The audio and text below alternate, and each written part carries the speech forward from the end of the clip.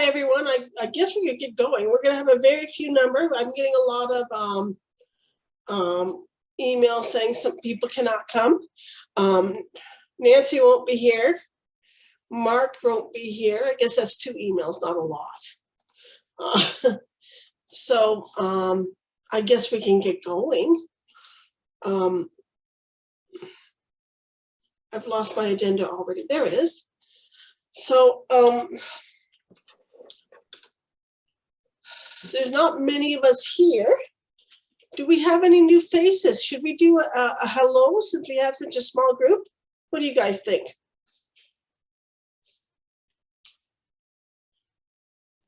Yeah, sure. I can start. Okay. Thanks, Kathy. So I'm Rob Alvo from Ottawa, Canada. And most of my work on loons over 40 years was looking at the effects of acid rain on their breeding success in the Sudbury, Ontario area of Canada. And I'd like to put in a plug for a new book on loons that replaces Judith McIntyre's 1988 book called something like Loon, Spirit of Northern Lakes, something like that. And this book, Loon Lessons, I think was published last year, so 2021. So that brings us, let's see, 12, 22, so 34 years of a lot of really good information, which combines scientific information and a lot of information collected by people in the field, professionals, professional biologists, and loon lovers, cottage types. Yeah, I'll leave it at that. Thanks, Rob. Many of us are familiar with the book. Many of us worked with, I think it's Jim, isn't it? Last year to help get it broadcast a little bit more widely. So several of the people here is aware of it. If anybody wants the link for that, let me know when I can drop that into the chat for the book if you're not familiar with it. So I just go ahead, Rob. I was just going to add, Kathy, has anybody read it yet? I haven't. Doug had it. He really liked it. Okay, cool. Yeah, so I don't know. I'm sure that there are a number of people on this group that have read it, but I am not one of them. Read it. Great. Great. Okay, so I'm just going to go around based on what I see in front of me. Gail, you would be next. Hi, I'm Gail. This is my first meeting here. I'm a lifelong lover and had exposure to loons. I lived on lakes as much of my life as I could. Currently, I have a Facebook group called Larry's Loon Lovers that has around 2,000 members. It was named after Larry Burkhart from the Minnesota Bound Loon webcam. So I try to do my part with education and getting the word out about loons. Thanks for sharing. I just found your page. It's a private group, so I won't put the link up. Oh, please do. Okay, I will. It's private because the primary videographer insisted on it being private, and I'm not happy about that, of course. But if you request to join, I will acknowledge quickly. Are most of your members in the Wisconsin area, or are they all around the world?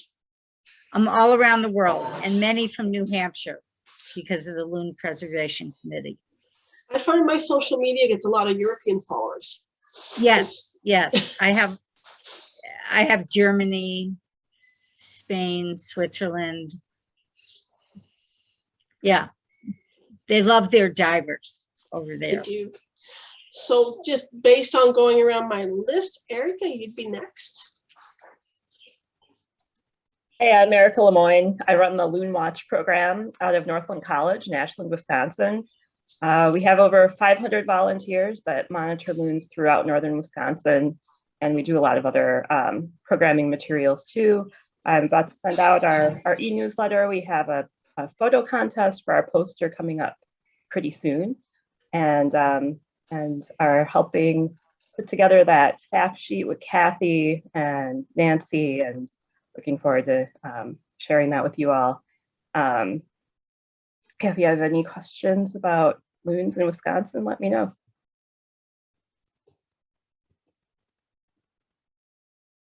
Thank you, Erica. Jay, based on my weird order, you're next. Thanks. I guess I am in weird in order. My name's Jay Mager. I currently teach at a small school in Ohio Northern University. And I've studied loons for quite a while now, I think going back to 1991, so not as long as Rob, but most of the work that I've done has been looking at behavioral ecology of loons. And so I'm very much interested in how loons select and defend breeding territories. That's gotten me interested in looking at certain aspects of acoustic communication. So I spent a lot of time doing work in Michigan and Wisconsin, making a lot of loon vocal recordings.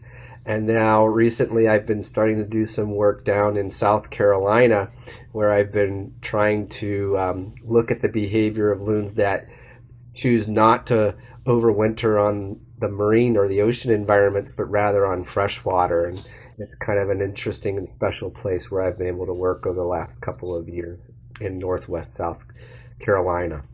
I won't talk too much, but I'm interested in this group because not only of the citizen component, what can we do to sort of better gather information that we can share with one another regarding loons and what we can do to protect and preserve them, but I'm also kind of interested in the science part of it too, and how can we gather data collectively as a group to actually look at some larger questions in the scientific world and perhaps get a little better grasp of them. So I'm interested in enhancing the citizen component of it as well as the science component of it.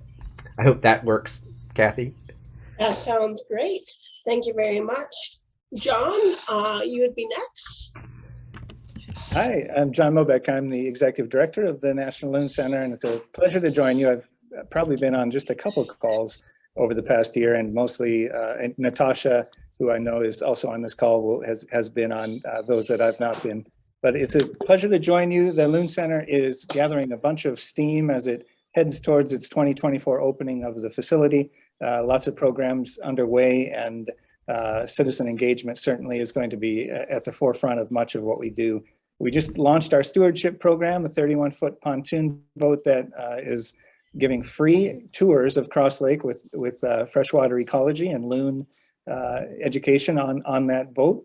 We have full boats going through September quite often already. 200 people signed up on the first couple of days. So it's great to see that. I think the free price tag was a winner for people. So in any case, it's really great to join you and hear a little bit about what's going on with the rest of you. And I certainly appreciate all the work that you all are doing. Thank you, John. Speaking of the Loon Center, Natasha, you're the next one on my screen. Hello, I'm Natasha Bartolotta. I'm the Communications and Outreach Coordinator for the National Loon Center. Not too much to add on to what John said, but we've been seeing lots of loons, lots of our banded loons on the Stewardship. So people have been really interested in that and interested in, how they can tell the bands apart on their own lakes and kind of contribute their sightings to us, which has been very cool to see. Thank you, Natasha. Arlene, do you have anything you'd like to share today?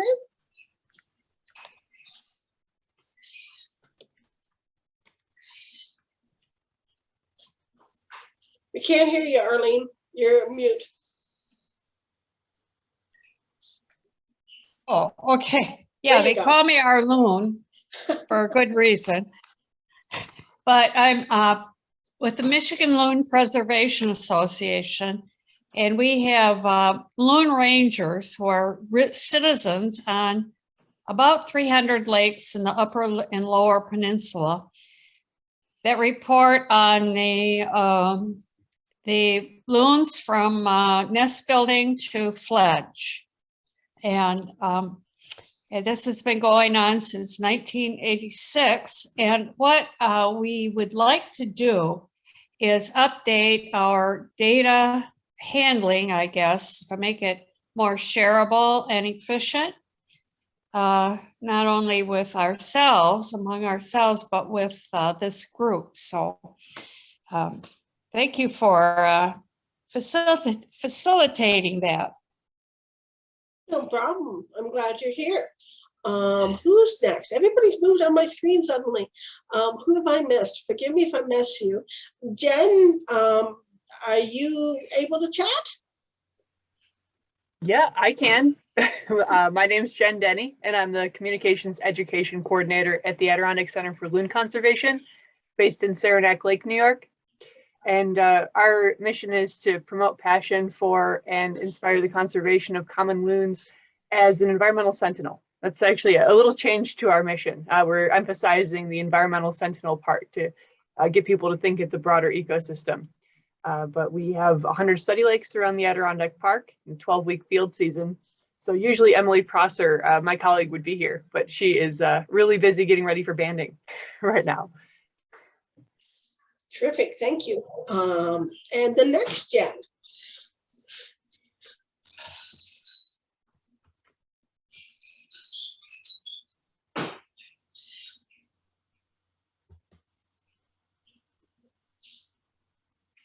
Nope, it looks like Jen's not going to be able to chat. So who is left?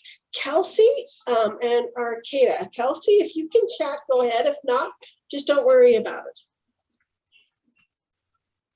Kelsey cannot. She does not have a microphone. I'll read what she has said.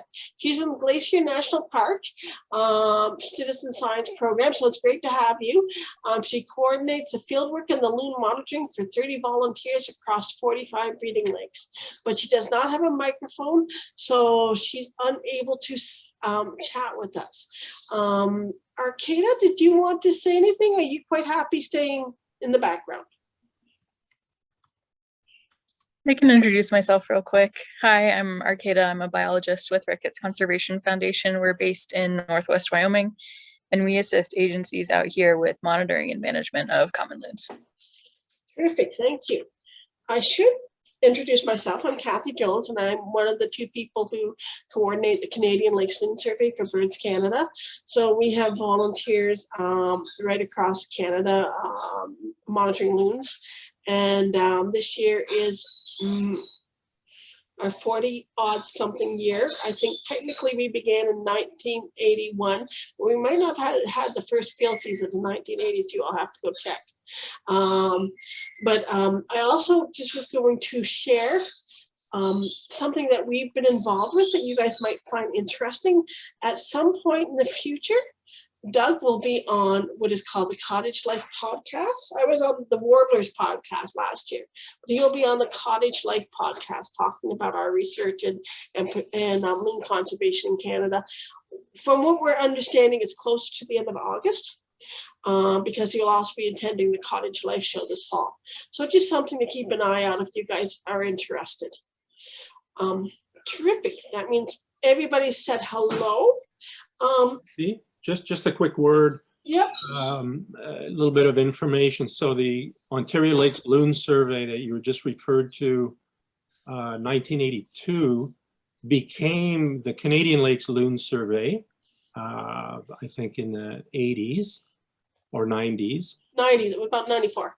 94, okay. And it did start in 1981 with somebody called Bet Silieff, working for David Hussle, and I'm pretty sure she went into the field, and then she disappeared, and then I showed up in 1982, and that was the first year of my field work. I knew we had data from 1981, but I was talking to Marlies Schoenfeld yesterday.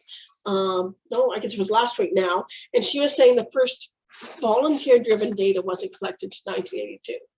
So that's what was caught my attention with that conversation.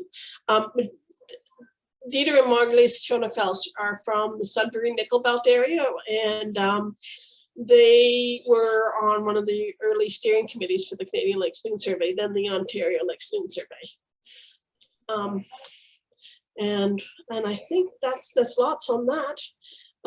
Did anybody get a chance to look at the agenda? Did anybody have anything they wanted to add to it? Or subtract from it, like anything, any additions? Nope. I've lost my chat box somewhere. There it is. Oh, okay, here's a comment from Jen. She's from the Loon Foundation in BC. Welcome, Jen. We just started monitoring loons last year. We're excited to learn from everyone in this group. Thanks. Well, I'm glad to hear, Jen. All parts of Canada are represented, I think. All right, what's next? Well, normally we have a bit of an update from Mark, but he was unable to make it, so we won't have that, which feels off not having Mark here. And next is a couple of things that I was supposed to update. Fireworks, there's no changes since last week. The draft survey is online if anybody needs it, and we haven't gone beyond that. Other than I could mention that we just had a question and answer session with Cottage Life magazine, which is a big magazine in Canada, with regards to loons calling out during fireworks on the lake. Regarding Mark, so you're probably referring to Mark Pokris, yeah, who's got quite a presence here, but there's another Mark, and that's Mark Mallory, and he was on the last call. And he's at. Oh, I think Mark's on the science committee, Rob, not on this one. Mark But Mallory. he was actually I actually saw him on this one. Really? Okay, yeah. I missed that. Yeah, yeah. He doesn't normally attend. And he stayed for the whole thing. Okay. Yeah. Good to know he was here. Yeah. All right. So. Education and outreach is the next component, and Erica got this going, so thank you so much, Erica. And just because I had more time right now than she did, she did a first draft and she sent it out to everybody, and I took her notes and everybody's edits and everybody's comments, and I created a new draft. And I'm just going to try something new here so that people can see it. I make no guarantees this work. I've never done this before, but do everybody see my text and writing and on screen here? I'm afraid this is, and let me know in the chat or verbally if you can see this well enough. Kathy, on my screen, it's all sort of squished over to the left, and I can only see a part of it. Oh yeah, it's squish on mine too. This is a whiteboard, and I've never used it before. So I can make it larger like this. Maybe you can play with it yourself. I think honestly you can play with it yourself. Yeah, we can move it. That's kind of neat. And so I just wanted to put this up in the hopes that we could talk, and you can make it bigger, Erica. And shrink all you guys and make it bigger. How? I think I just wrote on it. I'm sorry about that. I did. You just took I may have done that. Oops. Let me see. I see. Okay. Well, this is an interesting learning experience. So now I can see nothing now. Okay, yeah, so me neither. Whomever erased the text, feel free to hit undo, which is one of the, there you go. And can you see that now? So from what I understand, if you go up and you click on the little arrow yourself, this is all designed so people can look at it at their own speed. But I thought it was an option for me to see somebody's moving it again. That's okay. We're learning here. That's me, sorry. That's okay, Eric. I just got to read my notes so when you're moving them. So I'm going to put them back here just so that I can read them. So I just wanted to share this with you. You have the link to the latest version, and nobody's going to be completely happy with this, I think, because we all have so much engagement in this species and so much we want to share, and there's only 2 pages. So I wanted to say, when I got all these edits and all these ideas and all this information, how do I make this into what we want? And so I stuck with what I thought was some important truths. And thank you. You lose that, I can't tell you. I wanted to keep the length within 2 pages. I wanted to keep the bullet points very short, no more than a sentence or 2, 3 on a rare occasion.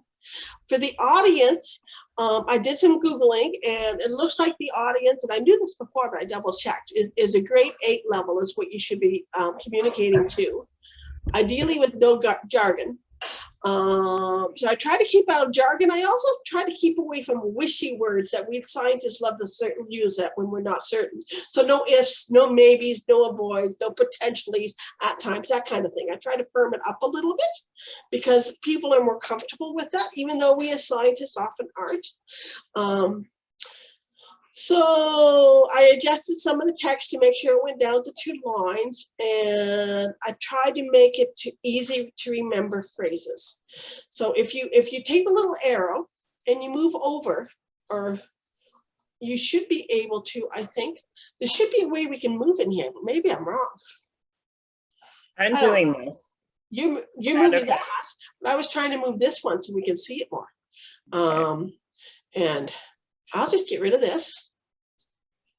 We'll see if I make this worse or better, because I don't really need that in there now. Oh, somebody's moving that.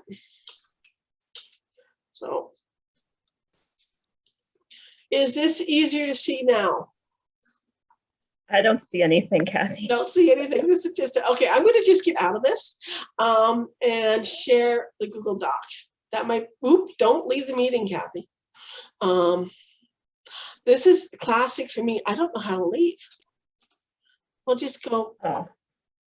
Could you share the fact sheet itself? I can, but I got to figure out how to get out of this one first. Okay. Which. Could I just make a quick comment? Sure. Our audience that we're really targeting to are the general public, which is why Kathy is sort of looking at this, 8th grade jargon. So, folks who are frequenting lakes, real estate agencies,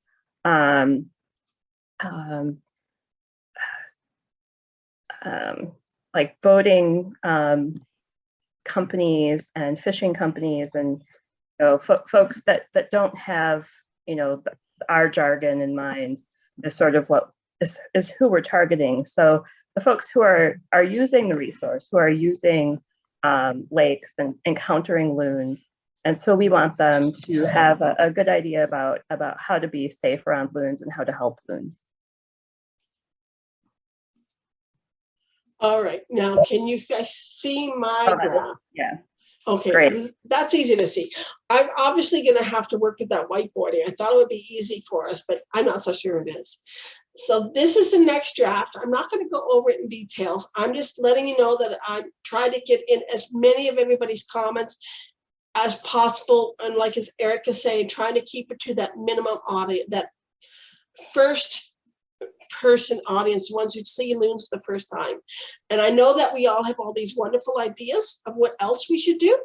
What I'm suggesting is I created a document where you can go in and put your ideas and just write them down, so that if we can refer to them later. And if somebody sends me an idea, I'll probably just copy and paste it and drop it in there, as I've done a couple, because we can't put everything here. Now, if we want to add anything else in this document, we have to remove something. And I think Erica will agree with me, if we want to put any photos or our logos on the bottom, which we may or may not, the logos get a little fussy. We also have to remove at least a line. Right now, what size is it at? It's at size 12. And the font is Cambria, which is kind of a prettier sans serif. So that meets all the accessibility guidelines for being able to work with talk to text, and to being able to easily read if you're a person with visual disabilities. So that's important to keep an eye on as well. So we do not want to, this is the other thing we often like to do, is drop the size of that text. I wouldn't advise it, but right now it's not the prettiest. We don't have any pictures. Maybe that's what we want. So I'm thinking, Erica, the thing to do is just to let people go home and think about it. Yep. And tell the whole group to come back with their ideas for the next month. Does that sound good? Yeah. I will put the link to this in the chat, and then I'll stop paste.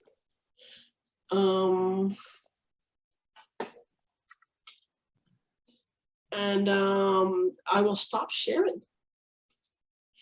Okay, all back to look at me again and yourselves. So what's next on the agenda? So when we edit that document, Kathy, should we just use track changes so that our comments are seen, so that we're not, you know what's being altered? And you have I think I sent everybody, or maybe I just sent the steering committee a PDF, a Word document of it, but I'd rather see them do it in the Google Docs. And what you use instead of changing, if you use editing in Google Docs, you change the text. So in Google Docs, you want to use suggesting. Mm-hmm. And that works just like track changes. Mm-hmm. Yep, okay. Okay, and there's an option for comments in there as well. Do you have a hard copy, Kathy, just in case? I can email that around to people if people want. Yeah. I can do that at the end of the meeting, yeah. And in case anybody ever wants to pull that off, it's just file, download, and you should be able to download it as well. But I think I like it. I really like it. Now, granted, a lot of it sounds awfully familiar to me. I will acknowledge that. But I think it covers a lot of territory, and I think it's more fleshed out than my own version because it's had so many things put into it from other folks, and we cover a little bit larger ground. And I think we should lose a bullet point, but I can't decide which one should come out. So we may have to go without photos to make it work. Any other comments on that before we head on to what's left? Okay. All right, so I have no big plans for this week. Nothing came up in file. I think we all knew people in the field. I wanted to bring up the conversation about what kind of science group are we? Are we a citizen science group or a community science group? And I don't think there's enough of us here to discuss it, but it brought my attention when I was working on the how to protect loons. The movement towards renaming citizen science in Canada is not as strong as it is in the US, but I know that many groups are going to community science title. So that may be something we want to change the whole working group towards a community science title, but maybe this is not the week to talk about that. Maybe it's just the week to put it all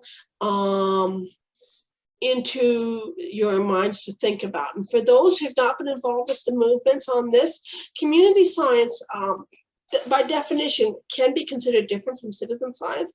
But what is people feel about the term community science is it's much more inclusive and much more engaging to a larger group of the public.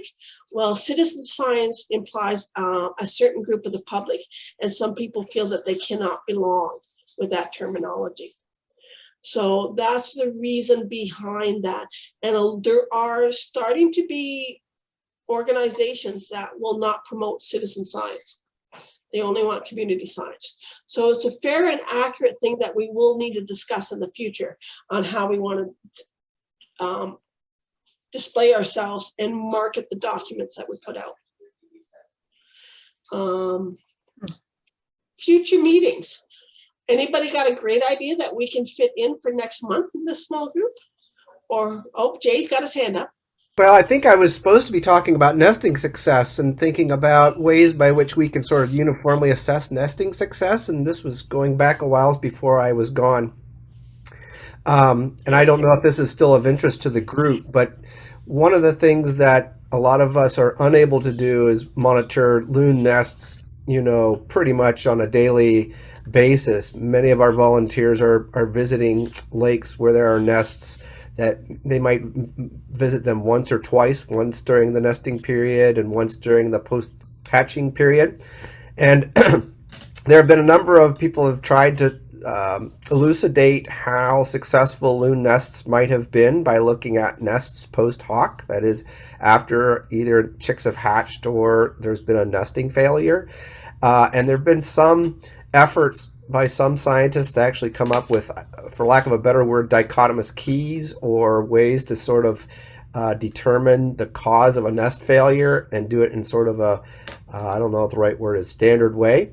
And I think I was supposed to talk about that maybe even last month before I ran into some troubles. And so I don't know if that's still something people want to talk about. And if so, I definitely have some homework to think about, at least for August. And I don't know, Kathy, should I leave it there?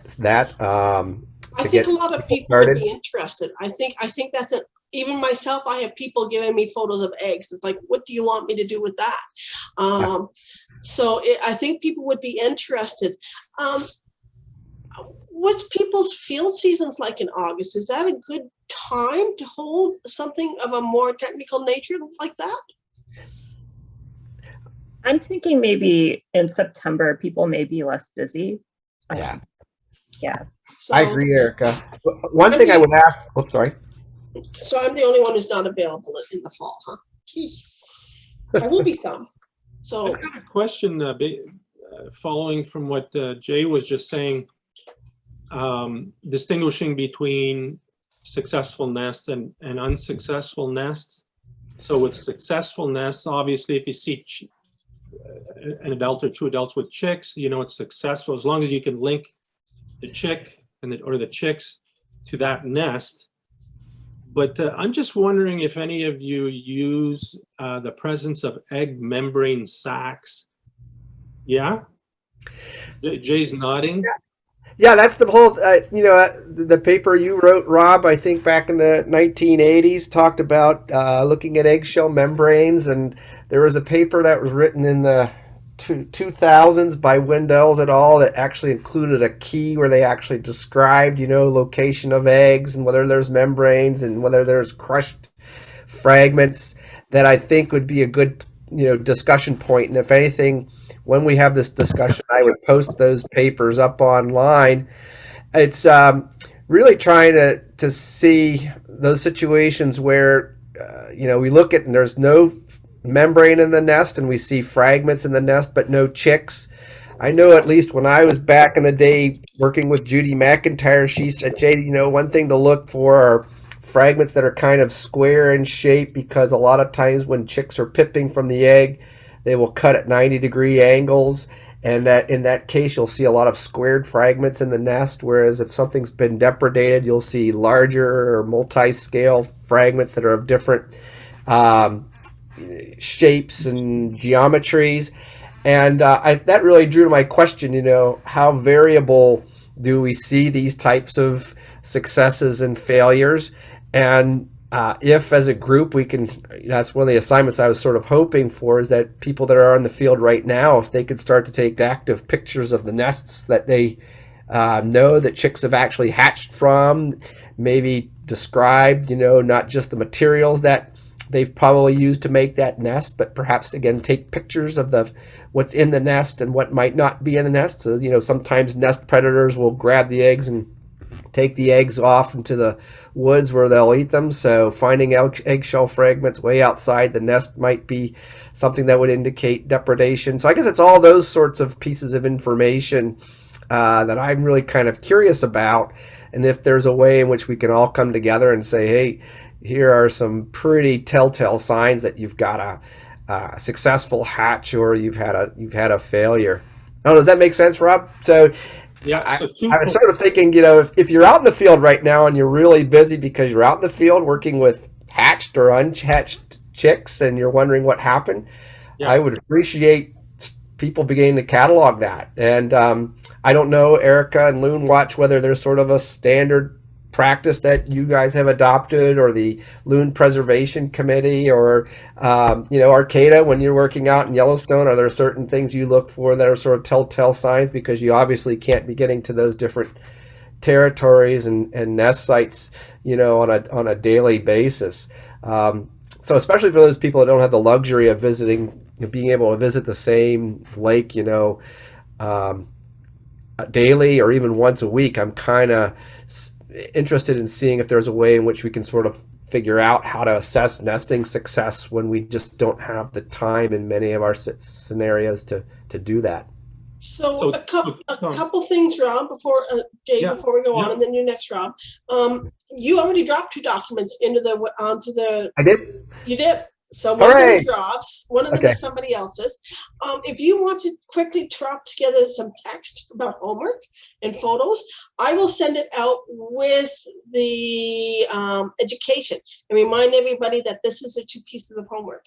So And maybe we assign it we'll assign it for September so we can name that date. And maybe all I'll do is I'll work on a Word document in the next couple of days and I'll email it to you and you can, send it off as you please. But if that's of interest, this is just me spitting out loud.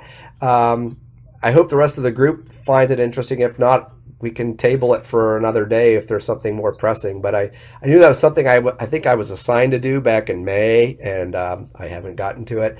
But I thought I should bring it back up now that I'm sort of back in the game. okay. This is Arlene, and this is where the citizen science comes in. As far as I'm concerned, we have these people where you have lakes that people spend the summer. They can even make a daily observation of their loons and report it to us. And we've got about 300 lakes with people on them that report back.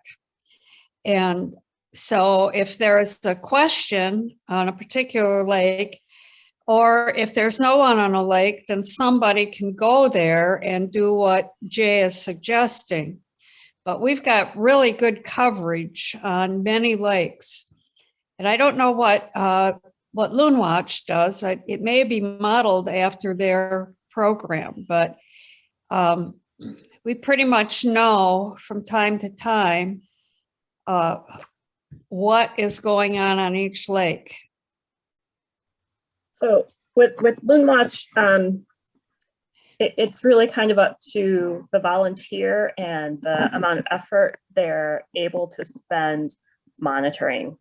And so some of them are able to get out there enough to maybe possibly determine what happened. A lot of them will say, well, we heard this disturbance last night and the eggs are gone, or, I read the comments and that's sort of how I find out. They're not really looking, I'm not getting a lot of photos or descriptions of specifically of eggshells. I've had people send me eggshells, which has been interesting, send me those in the mail. But a dichotomous key for some loon rangers who want to participate at a higher level, I think would be really interesting, and I think we could get some valuable information that way. Okay, we have a couple questions, and then I wanted to mention, so don't let me forget about something that Schonefeld said to me. I wanted to mention it to everybody later. Rob, your hand might have been up first. I'm not sure. Yeah, it was. Just because I wanted to follow up again on a couple of things that Jay mentioned. Jay, you mentioned about mammalian predators, grabbing a whole egg and going into the forest. This might be really common knowledge, but Pete Blanchard, working in Sudbury, Ontario, actually saw a raven fly off from a nest with an egg intact, with a loon egg intact. So I don't know if that's common knowledge or not by now. I mean, this was a long time ago. Yeah, just to respond, Rob. No. I've seen that happen too. And, traditionally people have looked at avian predators and have described avian depredation situations where they'll, whatever the predator is, will poke a hole in the egg and then grab a hold of that. And sometimes they'll drop it en route and leave an egg that just has a hole punched in it. And other times they'll destroy it. And then I think there was a paper from some folks that were working in Maine regarding an eagle depredation incident where basically that they just crushed the egg, and so it sort of contradicted that classical way of thinking about avian depredation. And so those are the kind of discussions I was thinking we could try to have and say, hey, if an egg has a hole in it, can we all assume that that's been an egg, an avian predator? And if something's been smashed to bits, can we rule out mammalian or just include mammalian predators, or do we also have to think about bald eagles? And so I guess that's the kind of discussion I was sort of hoping I'd sort of spurn is, how, to what level can we sort of assess nest predation, especially for those of us that aren't able to go in there and, aren't monitoring nests every day to know what the potential reason or the explanation was. And so your point is really well taken. That's exactly what I'm hoping we can kind of do with this discussion is, can we start with a couple of papers and think of, things that we have seen and perhaps even support it with pictures in order to maybe get a grasp on this. And so, especially for those of us that only measure loon productivity by going out on a survey in July, let's just say the third week, and saying, hey, there's loon chicks or not, can these efforts can also include some sort of nest survey where we sort of help them out by saying, hey, this is what to look for, and this is where you can sort of evaluate what might have happened on those situations. Yeah, pictures would be so helpful for the volunteers who are going out there to have something to look at. I think of Linda Grenzer just took a picture this spring, and it looked like a bear had just annihilated a loon nest. And she had to look at other pictures that we were sort of looking through on the internet to figure out that that was likely a bear predation. Let's go to, okay, go ahead, Jay, and then let's go to Arcata. She's been. No, I was going to follow up and say, especially for all of us that are having Nest cameras now and trip cameras on nests, that would be extremely useful. You actually have evidence, for lack of a better word, of what has happened, and then you can go back and say, post-mortem, for lack of a better term, here's some situations that we're finding in a bear, just tore up. I've seen those too. It's just incredible. And so I guess it's sort of thinking about those sort of things, how we can help one another come up with trying to elucidate what happened. And if we can start to put everything together, then maybe there's a document that we can either, send out as a white paper or a small publication that can sort of say, hey, this is information that we've been able to glean from all these individuals coming from all over the country and out, in Canada to really get a better grasp as to the major causes of nest failure. So sorry, Kathy. No problem. Arcata's next, and Rob, then Arlene, because she would like to talk as well. Yeah, I just wanted to say, Jay, I think that this is a really excellent idea, and it's something that I've kind of wanted to have, like a resource that I've wanted to have for a really long time. Kind of like you mentioned when you first brought it up. I mean, a lot of the times we don't get to nests until they've 2, 3, 4 weeks after they've failed, and at that time you really can't tell what happened if you don't have a camera on that nest. So I think some sort of dichotomous key, or even just like a large sort of like photo resource of these are confirmed reasons for failures and this is what the nest looked like after. I think that would be super helpful. And also just wanted to say that I'm like, because of our situation, we don't get to survey a lot of lakes as much as we would like. I'm super interested in this also. So if you want help putting this together, let me know. So before we go to Rob, do any of the steering committees have enough space on their Google Drives to put those photos on? Because mine's getting forward. So maybe, Jay, you could create a folder for those photos and we can start that. All right, now Rob and then Arlene. Thanks, Kathy. So to follow up on what Jay, but also Arcata were saying, Arcata mentioned that, you might not get to a nest 3 or 4 weeks after the fact. And I usually went up in September to see whether loons were successful and whether they even tried to nest. And by September, but even earlier, you might be wondering, was this nest from this year or from a previous year? And if there's no membranes on it and just eggshells, it could easily have been a nest from last year. And the way to tell, and I published a little paper back in the 80s, I think, on that, was to look at the fading of the eggshells. So where your little black spots are faded and the porousness of the outside of the shell has gone, and the eggshell is flatter than a fresh eggshell. All those things you can use to pretty much determine whether the nest was from this year or from last year. Is that a paper we need for the folder, Jay? Yes. So I have it. I have it, as well as the McCarthy paper, and I will start building more references on there. But I put the dichotomous key up there first because I wanted to have a discussion over that back in May or whenever I was assigned to do this, and to get people to look at it and to begin to. But I'll put these other papers up there so you can get an idea. But the Windows paper has a dichotomous key that I'm not sure I'm totally 100% on board with, but it gets to the idea that perhaps there's a way in which we can have some sort of method. And Rob's point's well taken. You know, even fragments that have been on past year's nests, that's a great question to ask, you know. And I think now with all the technologies that we have, whether it's trip cameras and our own, you know, cell phones to photograph these nests, I think would be great. The one thing I might add is that if you're in the field right now and you're doing that, having some reference of spatial scale might be really important, as well as the time that you're taking the picture. So one thing I know I used to do when I measured nests back in the day is I used to always have some, whether it be a small ruler or, you know, a lot of people use coins with a very set what's the word? The shape and the size is uniform, that you can use as a reference, because size of the fragments may be important. So I think anything that also has a reference to scale, spatial scale, that you include in your pictures might be really useful. So if you're out in the field right now and you're going through looking at nests after the fact, that might be something that we want to make sure that we do too, just for reference. Oh, thank you.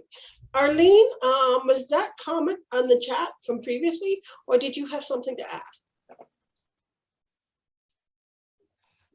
I think I mentioned the Loon Rangers, the citizen science. Yes. Did I do that? Okay. Yes. All right. Yeah. Good. Okay. So I'm all set. Thank you very much. All right. So we know what we're doing in September, Jay. We have gathering productivity as a future meeting. I think that might relate to this as another component of productivity, Jay. But we don't have anything planned for August except a quick review of the educational materials. Does anybody have anything in particular they'd like to go over of interest?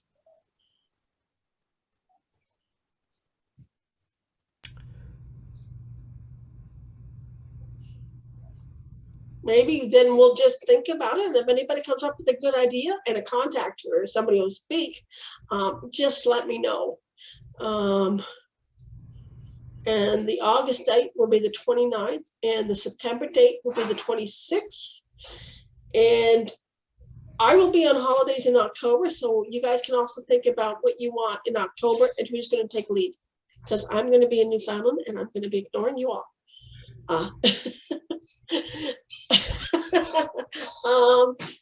And I think that's it. Anything else that anybody wants to add? No, the only thing I was going to say is I know we were beginning to talk about how we put productivity data together, and I don't know if we've had any interest in that still. And I know talking about Doug's work, I don't know how much overlap that is, but is that a discussion that we wanted to have with that group, Kathy? This is the problem. We keep touching on productivity and then leaving and coming back. We had the one big meeting that you did a lot of great work on, the definition of success. Do we need to have a session where we go over those definitions and see if we can firm it up a little bit more, or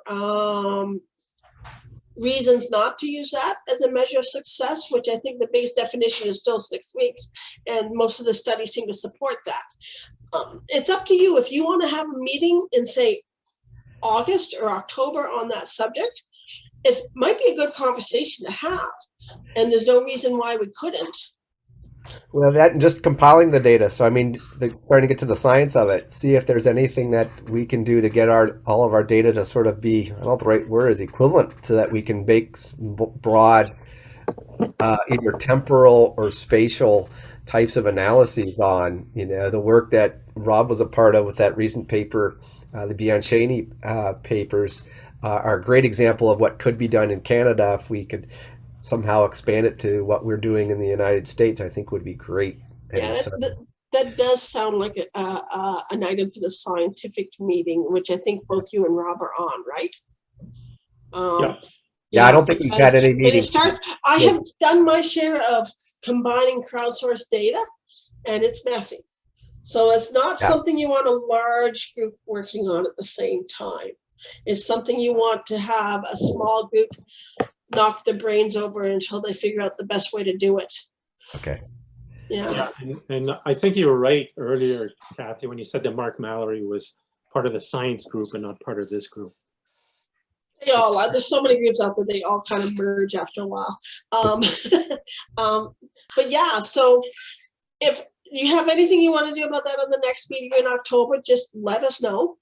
And I think that's it. Does anybody have anything they want to add, or we might actually end on time or early? Just want to see how everybody's year has been so far. Has it been a good year loon wise for most of the people? I hear things, as I get reports, but some good, some not so good, but I think it's just all sort of regional.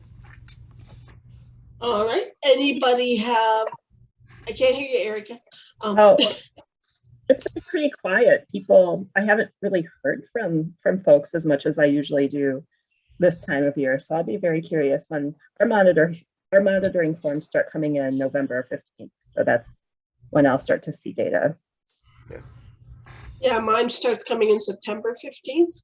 So I'll have a better idea then. Anybody else heard anecdotally how things are going in their area? Yeah, I can fill in a little bit about the Adirondacks. We have some interns whose internships are going to be coming to a close within the next few weeks here. So I've been working with them to get together their final reports. And it seems like both sets of interns have had a 25% nesting success rate, which oddly is exactly what our whole region had last year. So I'm interested to see if that carries through for our other staff. We are having chicks around. There seems to be a lot of them, but I guess for our monitoring lakes, it's not that high. We do need it to be a lot better than that to maintain our current level of population. And how do you monitor nesting success rate? You're looking at the hatch there, Jen, or looking at the what? What's your formula for that success rate? Yeah, so far we're talking about success as in the chicks are still alive at this point. So, not 6 weeks yet. Yes. No, it is not 6 weeks yet. I don't know if the interns will be around long enough to be able to make that statement. Some of them are definitely, the chicks are getting bigger on some of the lakes, but we're probably only at the 3 or 4 week point at the most right now. So it'll be interesting to see how that all pans out long term. Yeah, keep your fingers crossed. Anybody else have anything to share? Gail, are you seeing more pictures of babies this year or fewer pictures of babies this year on the website? More. It seems like a good year. And you know about Sheila, of course. I guess she couldn't be here today.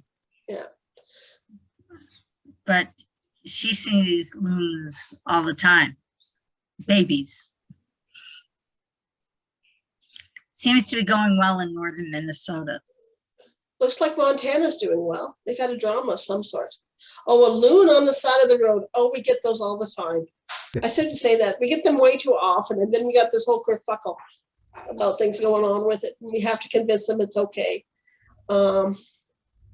I wanted to mention something that I think relates a lot to the social media stuff. I've actually had one of my longest term volunteers say to me that he feels loons are getting more disturbed because of the increase of popularity of paddle boats in Canada, which is one of the greatest increasing tourism recreational activities in the last couple of years. And they're saying because of that and the phone, everybody sees loons and they're trying to get closer. So I'm just wondering also if other people are noticing this as well. Or is it too soon to tell? Well, not in terms of paddle boats. I guess here in Minnesota, we just have a issue with sort of wake boats, with just boating in general, people getting too close. We saw it on our stewardship as we're watching loons. Went straight towards the loon family. We had doing mortality studies at one of our adult loons had a blunt force trauma to the head, so we think that was a boat collision. And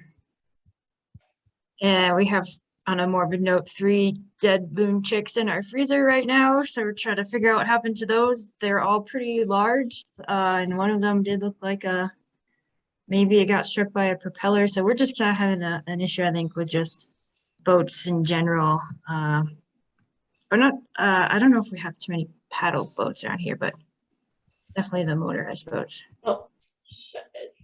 I think what they call paddle boats anymore is just a general term is for kayaks, canoes, paddle boards, which are really popular in Canada right now. And I don't know what else could be put in there. And I'm very concerned. I watched the media news and I'm very concerned about they now have their first electric jet ski available in North America. And that's got to be considerably quieter, as well as electric boats. And how quiet are these things? So I think the rules are going to change once more. Education just again becomes more and more of a big deal if we can get some of these bigger marine partners on board, and I don't know if we can. That would be helpful, but they're a hard industry to crack into and get them involved. Yeah, I mean, from Loon Watch perspective, there's just so much human interaction up here, and I think we talked about this before. COVID really pushed a lot of people to northern parts of the states because they couldn't go vacation at other places, and it's just become a really popular place for folks. And they're, learning. They have to learn good loon etiquette, and so boating, and I think wake boats too are another big threat that we've talked about. So, boy, the electric jet skis and boats are new to me, and that is terrifying. The first one just became available in Canada last week, and you have to order them still to get it. I have no idea how. Probably like most things electric, they're probably 3 times the price for something you can crash real easily.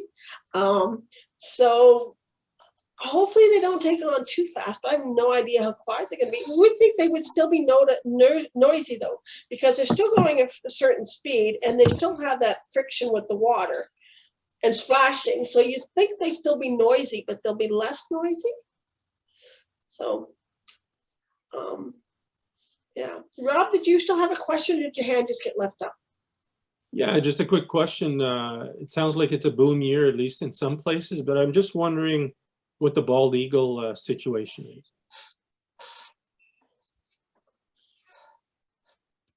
Constant, always hearing about. I always say loon rangers make eagle haters. I hear about them all the time. Yeah.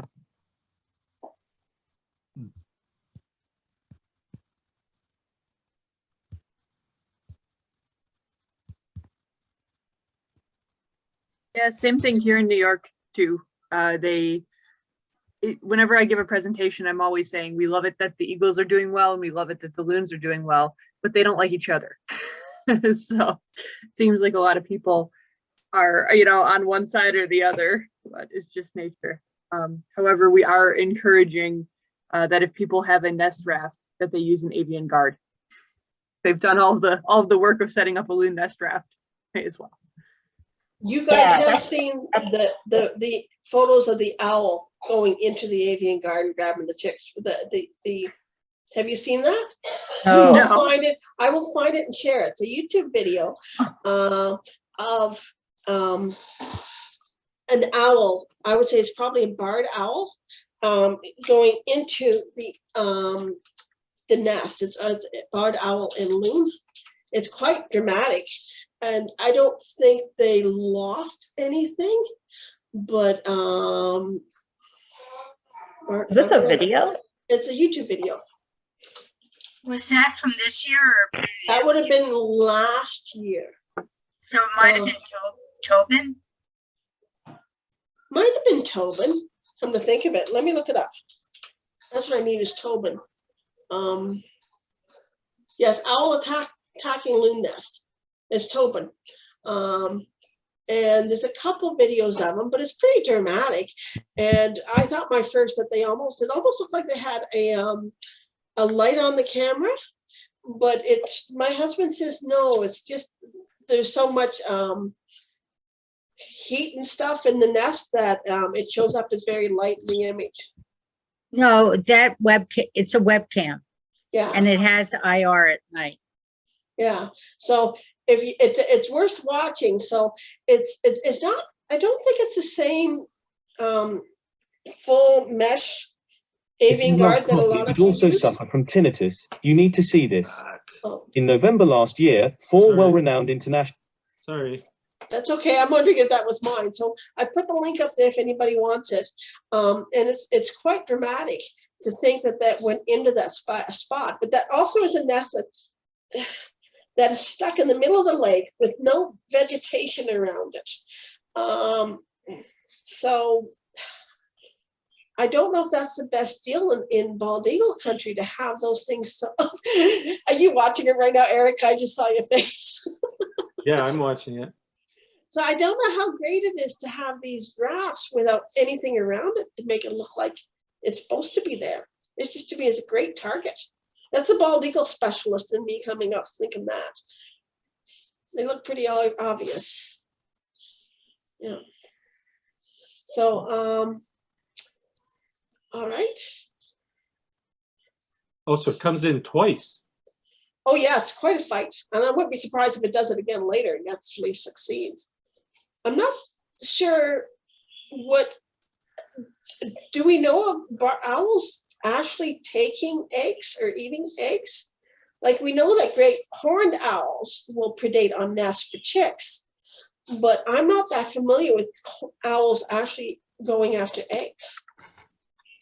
Maybe they wanted the adult.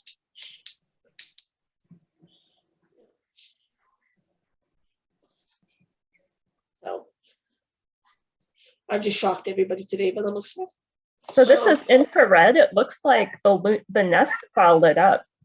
Yeah, my husband tells me that's just the kind of lighting that those cameras get.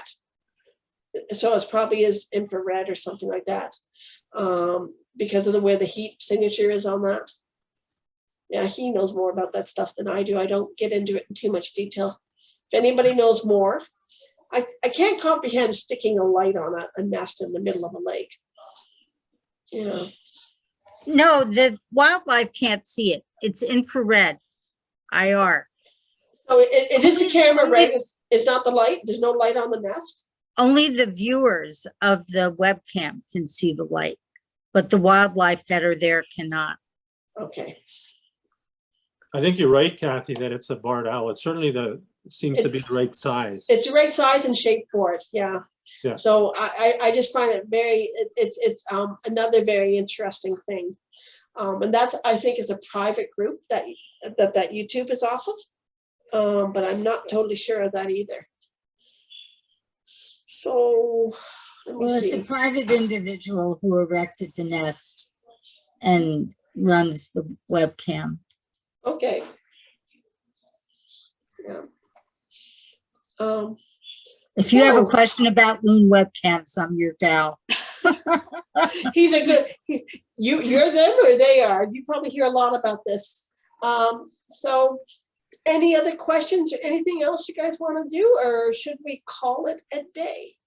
I've got a quick question. you mentioned that there are a bunch of groups, Loon groups around. I think I'm on this group, the Citizen Science group and the Science group. Can you confirm that, Kathy? I cannot. I have nothing to do with the science group. Okay. Is that They don't meet very Doug, often. right? That's Doug. Okay. And the other one is the rescue and rehab. And I'm sure Mark would invite you if you wanted to attend. But I have nothing to do with that one either. So I don't know who's on it and who isn't. So that's a third one then. Rescue and rehab is a third one? Yeah. Okay, thanks a lot. Yeah, and that group meets every third Monday of the month. Rob, did you want to send me an email? I can probably, or you can just send Mark Bokerson an email. I'm sure he'll get you hooked up. Great. Is that Linda and Kevin? That rescue one? Yeah. It's a large group of people, but it includes Linda and Kevin, doesn't it, Jay? Yes, it does. Yeah. Yeah. Erica, yep. Yeah. Cool. All right. And stay tuned to learn more about what Doug's doing with Cottage Life later in the year.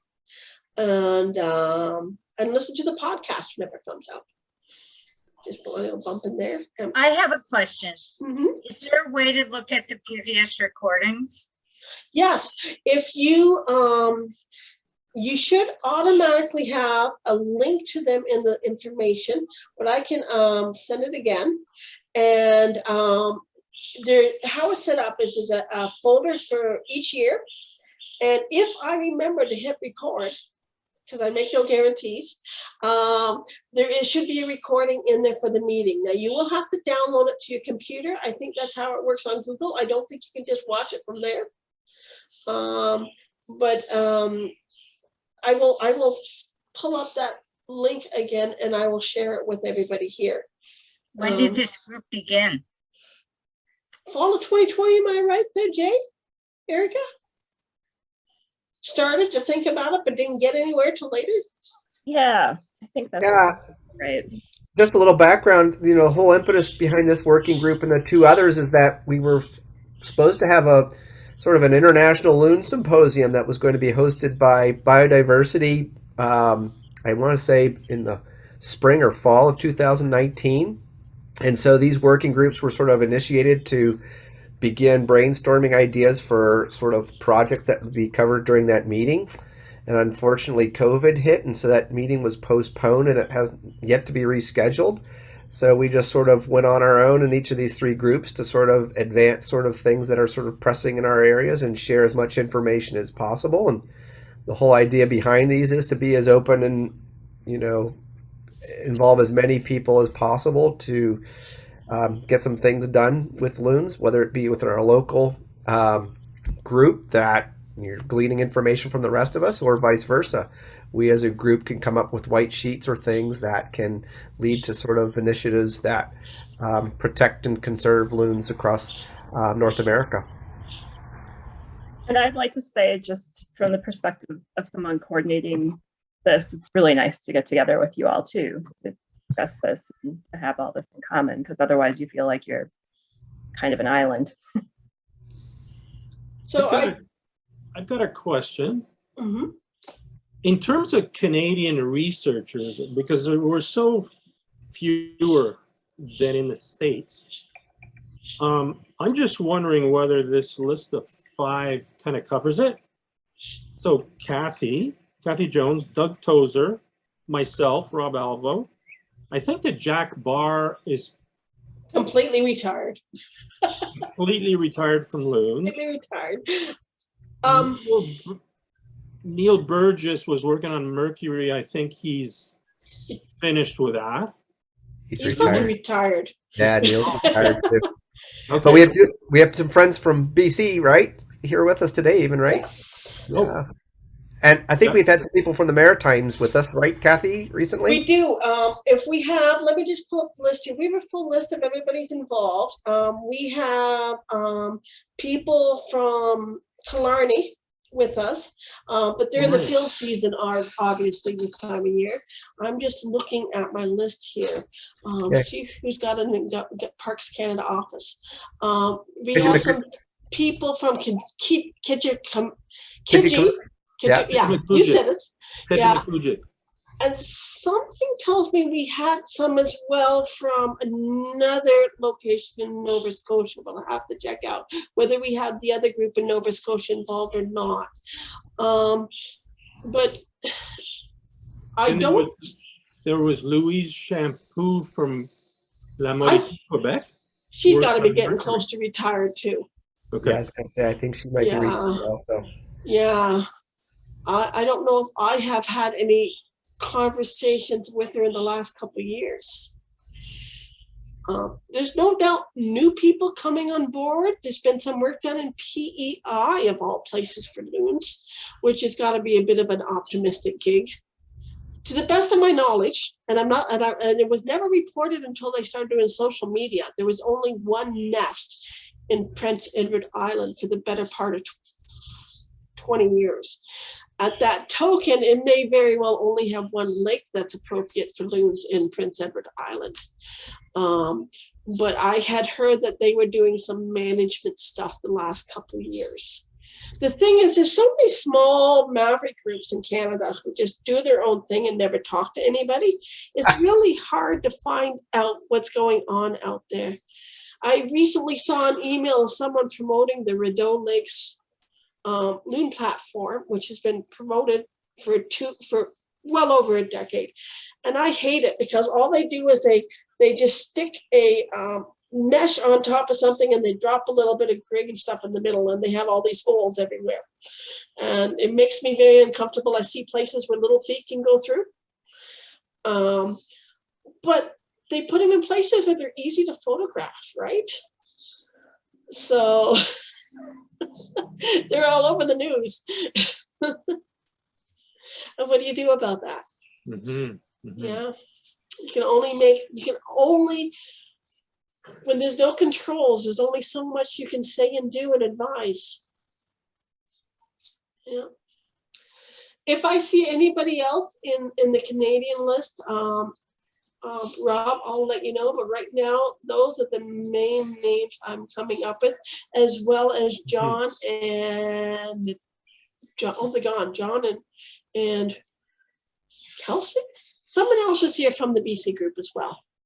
Maybe it was Jen. She couldn't talk. Yeah.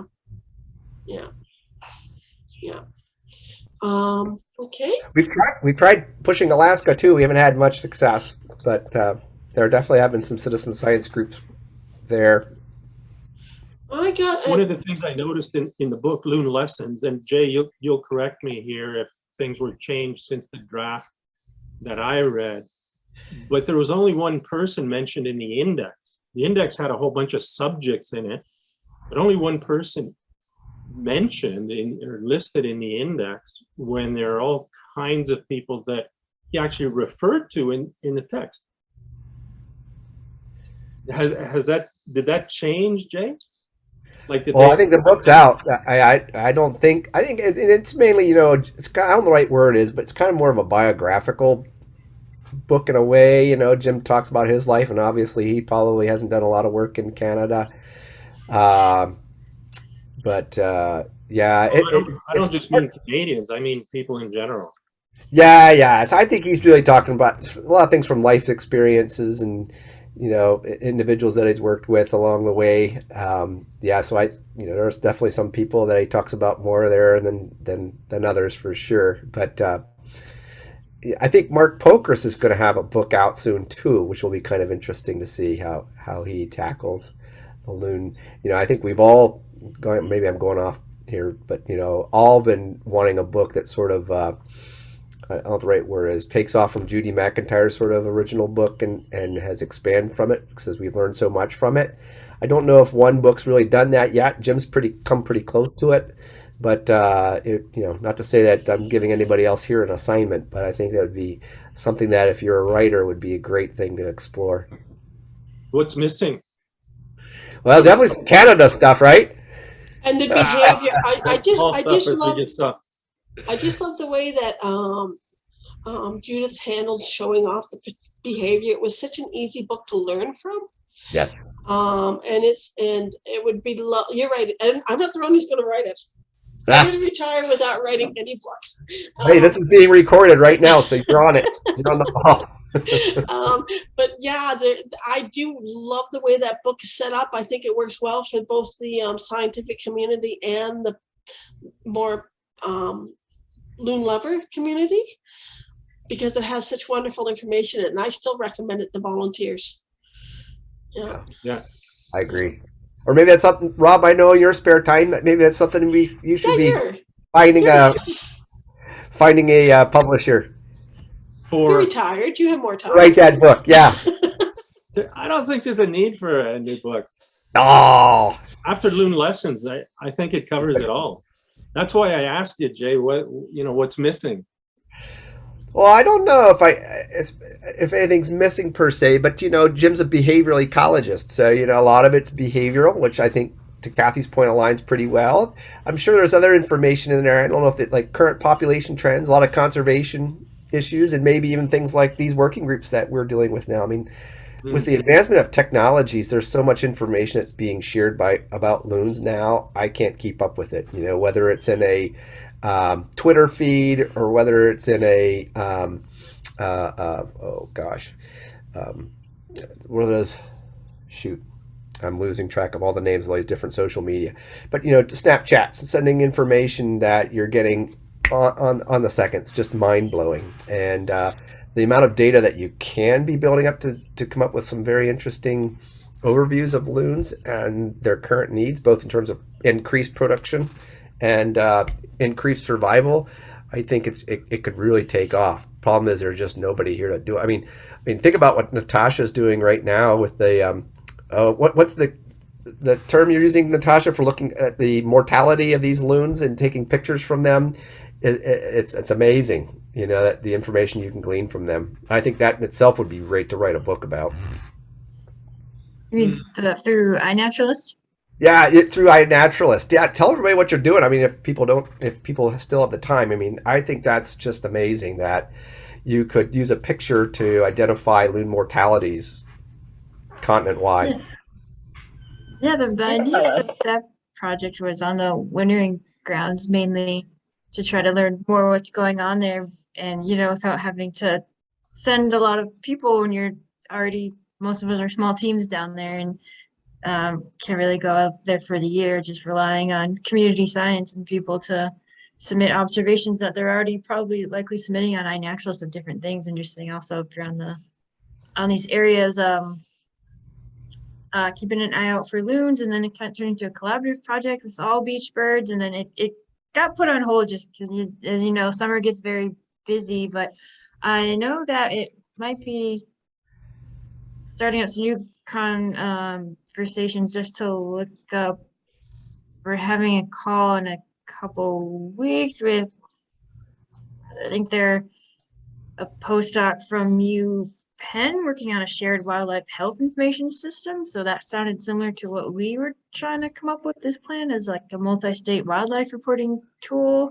So we're still learning what that is. So we're bringing it back into play, hopefully, and that conversation is going to be next week, actually, in a week. Oh, awesome. No, I think that'd be, not to say we need topics for the later in the year, but Natasha's work that she's doing and how she's doing it, I think would be useful to all of us as citizen scientists. And, just a gentle nudge coming from the elbow there, Natasha, I think it's really useful. And for us older folk that aren't exposed to those technologies or find them useful, she's really good at it. And so, not to say that's a topic for November's meeting, but just an idea, Natasha. Hey, Jay, when you get me back, when you get back to me regarding those drafts, would you mind putting together a quick list of potential topics for a book? Sure. Well, yeah. I think there are other reasons. The Birds of the World series. That they're always updating that series. It's great, but not a lot of people can access that. Yeah. So I think looking at that document would be great, but somebody needs to write a book and assimilate that stuff so that it's easier for people to get to. In my humble opinion, which isn't worth much in the U.S. I don't know about Canada. Yeah, And do you all have, feel that you have any ideas for topics that Jay didn't mention that might be discussable in another book? And things that are not covered in Loon lesson. Well, here's a thought. Why don't you toss me a couple lines of text on that, Jay, and I'll send it out with that email as well. And then people can have a chance to think about it. And I can tell them to email you if they have ideas. I'm just looking at the time now. We somehow managed to pretty much destroy an hour and a half. And that may be something that the larger group may be able to provide some more information on. When you say the larger group, we have on our list of people that attend 45 people. you talking about this particular group, or are you talking about three this groups? particular you group. mentioned earlier? No, this particular group. Yeah. Yeah. So, and I'm sure they also have lists, and probably that's a good question to ask the science group as well. Mm-hmm. Maybe a better one, since they probably all read the book. And the rehab group? I think they're pretty specialized. I would think they're